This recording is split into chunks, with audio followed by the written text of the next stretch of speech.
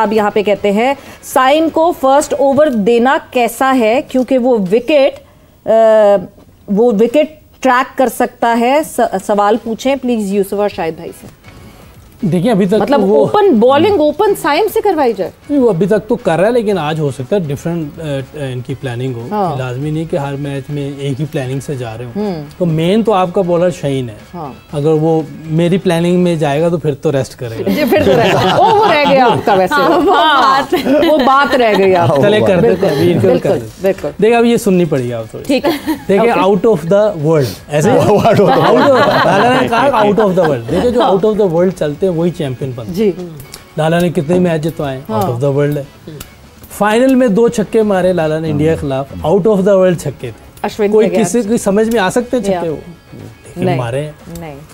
लाला spinner आया था, सईद भाई ने ओपन करवाई जी, ठीक है, ऐसे ही लाला ने फास्टेस्ट सेंचुरी कर दी। अब्दुल रज़ाक को वन डाउन भेज दिया वर्ल्ड कप में, 99 वर्ल्ड कप में इंग्लैंड जैसी कंडीशन में, ठीक है, किसी की समझ में आ सकता नहीं। फिर इमरान भाई ने सईद भाई को मिडिल ऑर्डर से ओपन करवा दी, दुनिया ने देखा उनको।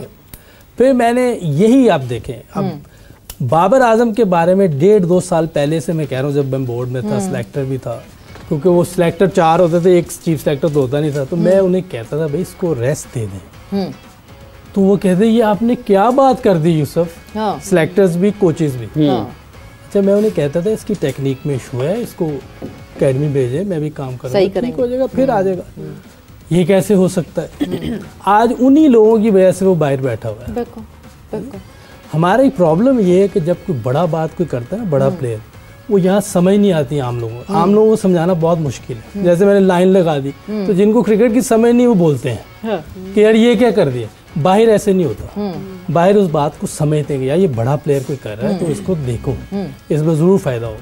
तो इसलिए हमें प्रॉब्लम ये होती है कि यहाँ कोई सही बात समझाना ना आम लोगों को बहुत मुश्किल है, ये बाहर नहीं है। तो ये चीज़ है छोटी सी, हमने पहुंच तो जाना ही है फाइनल में, अगले राउंड में सुपर 4। अगर आज वो हमसे, अभी गेम का कोई पता नहीं, फाइनल में जब आएंगे ये दोनों सामने, पाकिस्तान इंडिया आएगा और ये दोनों दोबारा आएंगे तो कहेंगे यार ये तो मेन प्लेयर तो उनके थे ही नहीं, अब आए हैं मेन प्लेयर। तो वो सोचेंगे, ये माइंड गेम ये होती है। इसको समझाना ज़रा मुश्किल है मेरे लिए आम लोगों को। अब समझाना मुश्किल है। ये भी एक फ़र्क पड़ता है कि अगर आप टॉप क्रिकेटर्स बात कर रहे हैं तो जो इर्द गिर्द के लोग हैं उनकी सोच को भी समझने की ज़रूरत है, और खिलाड़ी भी कहीं ना कहीं इनसिक्योर हो जाते हैं, यार पता नहीं वापस आएंगे या नहीं आएंगे। तो ये हर सतह पर चीज़ें असरअंदाज फिर होती हैं। ये डिपेंड करता है कि एक बताने का तरीका, बात ये है कि सामने वाले को समझ आ जाए बात, चाहे वो बड़ा कर रहा हो या छोटा कर रहा हो। बात ऐसी हो कि सामने वाले को अपने आप को अपनी जगह, उस प्लेयर को रखो, मतलब प्लेयर की जगह आप अपने आप को रखो। आप भी क्रिकेट खेल रहे हो, बात वो करो लॉजिक के साथ कि उस बच्चे को समझ आ जाए, ठीक है ना।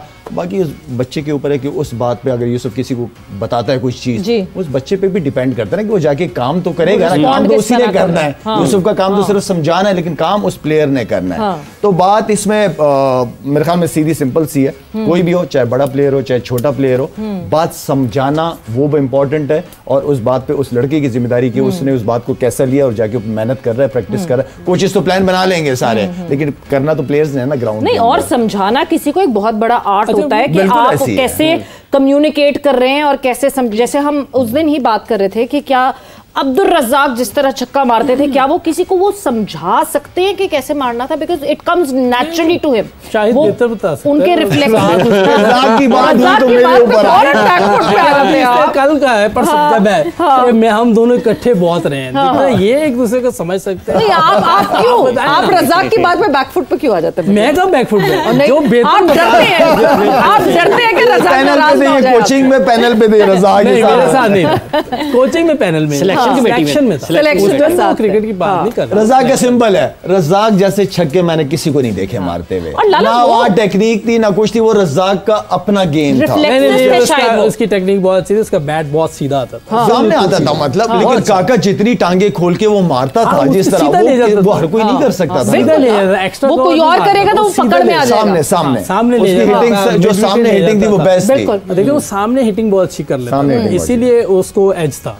वो ऑफ साइड पे थोड़ा सा उसको मुश्किल होता था, जो ऑफ साइड से बाहर बॉल निकल जाता था। लेकिन इधर सामने और इधर बहुत अच्छी हिटिंग करता था। वो जो शाहिद कह रहा है वो टांगे खोल देता था ना इस तरफ। नहीं तो ये आउट ऑफ द बुक हुआ ना, ये ये आउट ऑफ द बुक हुआ ना, जिस तरह वो खुद को अप्लाई करते थे वो अब ये बात किसी को समझाएंगे कैसे, एक मुश्किल काम है ना। कौन वो जी?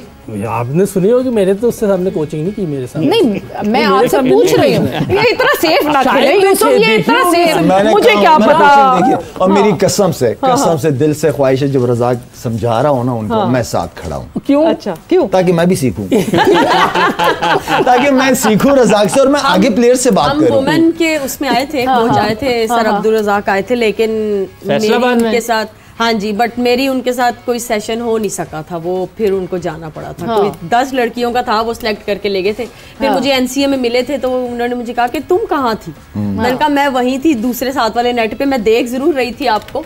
तो रज़ाक जैसे ऑलराउंडर की जरूरत है जी पाकिस्तान को, हम इंतजार कर रहे हैं कि रज़ाक जैसा कोई ऑलराउंडर पाकिस्तान को मिले। नहीं, बहुत जरूरी है, बिकॉज जिस तरह वो बैटिंग और बॉलिंग को कनेक्ट करते थे ना, मुझे कनेक्ट, और फिर जिम्मेदारी, मैच विनर जी, वो उस टाइम पे एक one of the match winner था, वो गेम चेंजर था। बिल्कुल, बैटिंग में जिता दिया। 99 के वर्ल्ड कप की आपने बात की, उस डिफेंसिव टेक्निक को कैसे देखते हैं जो वहां पे उन्होंने मुश्किल कंडीशंस में? वो देखिए उस टाइम चाहिए ये था कि ऊपर के जो नया बॉल है वो सी ऑफ कर दें, उसके बाद रन्स हमने 240-50 करने होते थे, जिस तरह की हमारी बॉलिंग थी।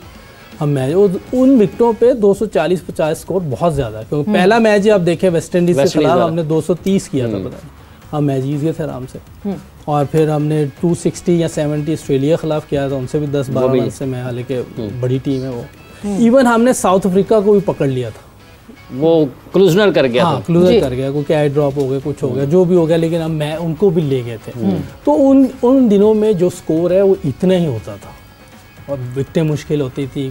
15 ओवर का सर्कल होता था, ये नहीं कि 40 ओवर का सर्कल जैसे आजकल है, ऐसे नहीं था। एक बॉल लगता था, आपको आखिर में रिवर्स स्विंग भी खेलनी पड़ती। बॉलर्स के लिए एडवांटेजेस था, जरा बॉलर्स के लिए बहुत मुश्किलात हो गई हैं। एक सवाल ऐड करते हैं, राव साहब ये पूछते हैं लाला आपसे, इन्होंने लिखा है #AskLala, why Haris Rauf can't play today? तो मैंने तो कहा था कि जेन्युइन खेलना चाहिए, जेन्युइन फास्ट बॉलर होना चाहिए, लेकिन जो टीम का प्लान है, मैं उस दिन के हिसाब से फिर कोई चेंज या कोई ऐसी बात नहीं करता। मैं चाहता हूँ कि जो खेल रहा है वही बेस्ट है। फ़हीम अशरफ अगर खेल रहा है, पूरा कॉन्फिडेंट हूँ मैं कि वो इंशाल्लाह अच्छा परफॉर्म करेगा, लेकिन स्टिल एक जेन्युइन फास्ट बॉलर डेफिनेटली। और हारिस की ना इंडिया के खिलाफ अच्छी परफॉर्मेंसेस भी देखी है हमने, रेस्ट भी किया है, एनर्जेटिक भी होगा, खेलना भी चाह रहा होगा। तो वो और इस दफा विराट कोहली नहीं है जो जिस तरह हारिस के गले पड़ गए थे मेलबर्न में, वैसे नहीं होगा। नहीं तो विराट ने तो सिर्फ हारिस नहीं, मैंने काफी बॉलर्स को बड़ा टफ टाइम दिया। नहीं, वो जो थे ना मेलबर्न में भी बहुत जबरदस्त किया था, इधर उसने एशिया कप में हिलने नहीं दिया था। हारिस रऊफ ने बहुत अच्छी परफॉर्मेंसेस दी हैं, स्पेल्स बहुत तगड़े। उसको ये है कि ज्यादा क्रिकेट ना खेलने दें, फिर वो ज्यादा अच्छा रहता है जब रेस्ट में होता है। एनर्जी बचा के रखें। उसने खेली होती है, फिर वो जब आता है ना तो उसको पढ़ना शुरू होती है, थोड़ी रेस्ट करनी चाहिए। अच्छा अभी उसको रेस्ट मिली, अब खेलेगा तो थोड़ी एनर्जेटिक होगा, थोड़ी जान होगी उसके अंदर। बिल्कुल जी। भाई से मेरा एक सवाल जी, कि अभी हम सर अब्दुल रज़ाक की बात टाइप कर करें रहे यहाँ थे। पे। हाँ। जी अच्छा, नहीं पता ऐसे। सर अब्दुल रज़ाक की एक बात कर रहे थे, तो आपको क्या लगता है हसन अली और फ़हीम अशरफ में से कौन उस लाइन पे कोई चल सकता है, इन दोनों में से, उस ऑलराउंडर की कैटेगरी? अब्दुल रज़ाक और लेवल का प्लेयर। अच्छा, अभी ये उसकी लीग और नहीं है, कंसिस्टेंट बहुत था वो लड़का, अच्छा परफॉर्म बहुत हाई लेवल का प्लेयर था।